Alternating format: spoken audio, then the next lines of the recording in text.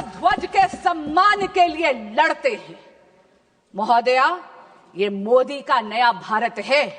ये भारत वंदे मातरम के मूल मंत्र को आत्मसात ही नहीं करता, बल्कि ग्राउंड पर उसको चरितार्थ भी करता है। ये मोदी का नया भारत है, जहां पर बिन मांगे मैटरनिटी लीव को 12 से 26 हफ्ते बढ़ा दिया जाता है। ये है वंदे मातरम। ये मोदी का नया भारत है, जो नारी शक्ति वंदन अधिनियम पारित कर कर महिलाओं के राजनीतिक सशक्तिकरण के लिए पथ प्रशस्त करता है। ये है वंदे मातरम। ये मोदी का नया भारत है, जो आयुष्मान भारत में विश्व की सबसे बड़ी हेल्थ इंश्योरेंस ही नहीं, हेल्थ अश्योरेंस स्कीम देती है। 5 लाख रुपए का मुफ्त इलाज देती है। वे वंदन कार्ड से हमारे वरिष्ठ नागरिकों का भी ख्याल रखती है। ये है वंदे मातरम।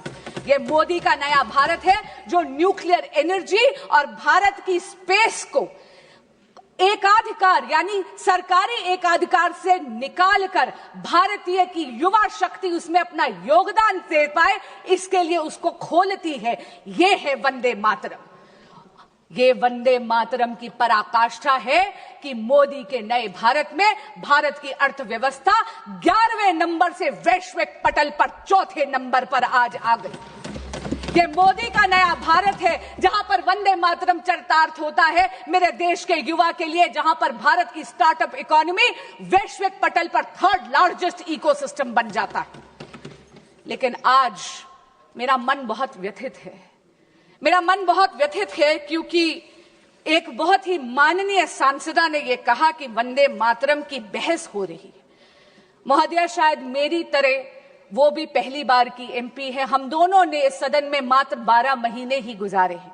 आपके माध्यम से मैं उनको कहना चाहूंगी कि ये चर्चा है जो सकारात्मक होती है, ये बहस नहीं है।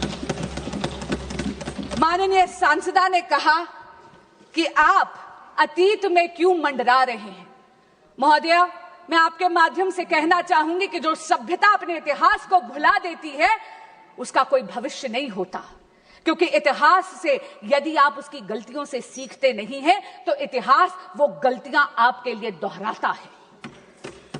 आज उन्होंने कहा कि ये चर्चा एक चुनावी अमले में है, क्योंकि उन्होंने बंगाल के चुनाव की बात करी।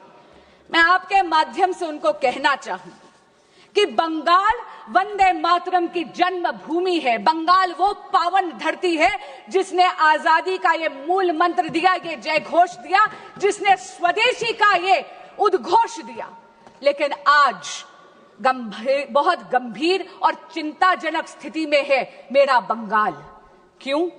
क्योंकि वहां की रूलिंग डिस्पेंसेशन वंदे मातरम की आत्मा का गला घोट रही है। आज राजनीतिक स्वार्थ के कारण राजनीतिक हिंसा बहुत ही गहराई से वहां पर जड़ें पकड़ रही है।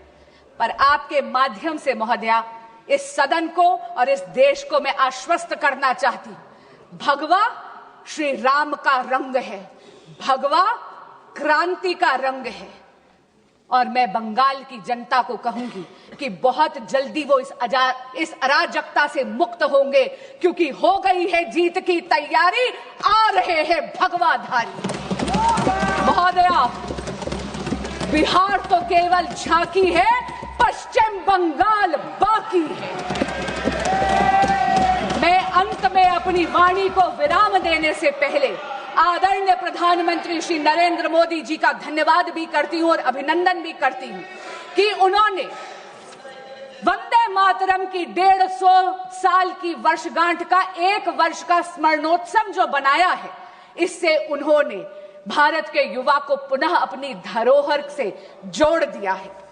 महोदया, वंदे मातरम सतत है, शाश्वत है, समृद्ध भारत की प्रेरणा है, विकसित भारत की आधारशिला है। वंदे मातरम। बहुत बहुत